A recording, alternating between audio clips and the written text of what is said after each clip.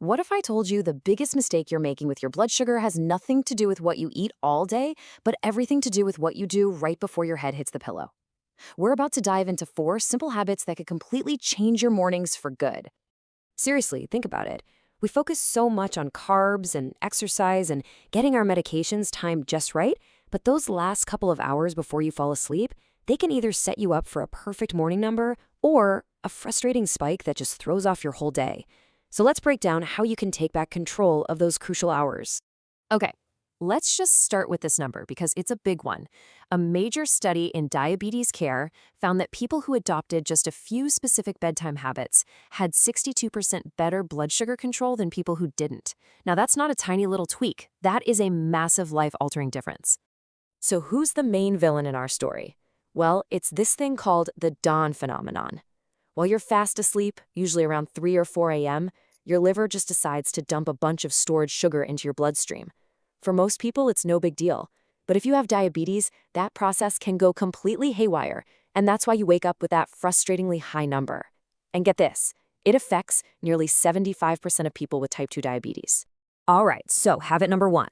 Now, this is going to sound completely backward from everything you've probably ever been told about eating before bed. But stick with me here, because this is an incredibly powerful, science-backed tool to fight back against that dawn phenomenon. So, here's how it works. That little protein snack, it's like a messenger. It sends a signal to your liver that says, hey, we're good over here, you can chill out. It tells it there's no need to release that flood of sugar. So instead of a big, disruptive glucose dump in the middle of the night, you get this slow, steady stream that keeps everything nice and stable. And just look at the benefits here. We're not talking about small changes. Research shows this can lower your morning blood sugar by an average of 28 points. And over time, we're talking a 19% improvement in insulin sensitivity. You even burn 15% more fat overnight. I mean, it's a win, win, win, win. But, and this is important, not all protein is created equal for this specific job. You really need a slow-releasing protein, like casein. You find it in things like cottage cheese or Greek yogurt. It literally forms a gel in your stomach, releasing those amino acids gradually for like 6 to 8 hours. A fast-digesting protein like whey just gives you a quick spike, and it just can't provide that same all-night stability. So here's your game plan for tonight. It's super simple. First, pick your protein. A cup of cottage cheese is pretty much perfect. You want to aim for that 25 to 35 gram sweet spot. And the timing is key. Eat it about an hour to an hour and a half before you lie down. This gives your digestion a head start while you're still upright. Let's move on to our second habit. This one costs you absolutely nothing. And honestly, it's one of the most underrated strategies out there. Just a simple walk after dinner. These numbers are just incredible.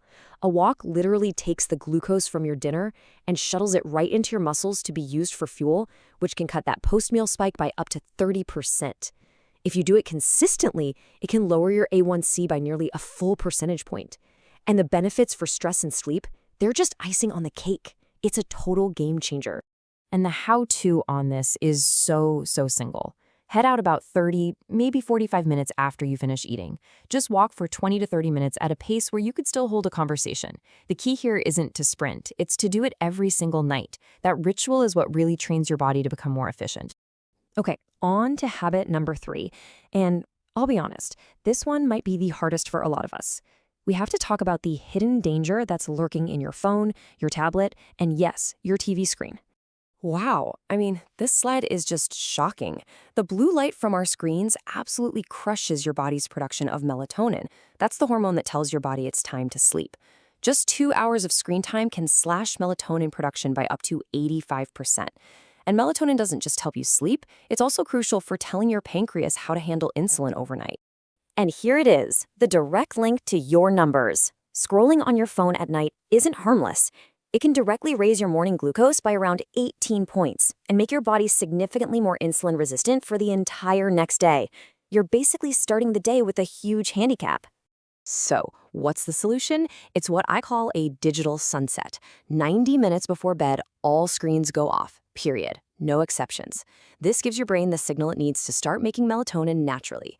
You have to replace the habit, so grab a real book, do some gentle stretches, listen to some calm music. Reclaim that time for yourself. Okay, our final habit. This one sounds almost too simple to be true, but I promise you the science is rock solid.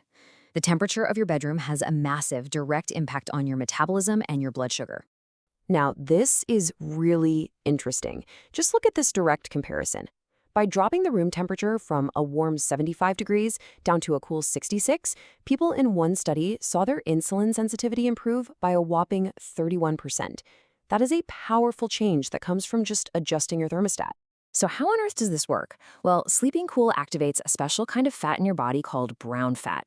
It's super metabolically active. Its whole job is to burn glucose to generate heat, so it's literally pulling sugar out of your bloodstream all night long. This leads to better deep sleep, more growth hormone, and lower morning numbers fast. So here's how to do it.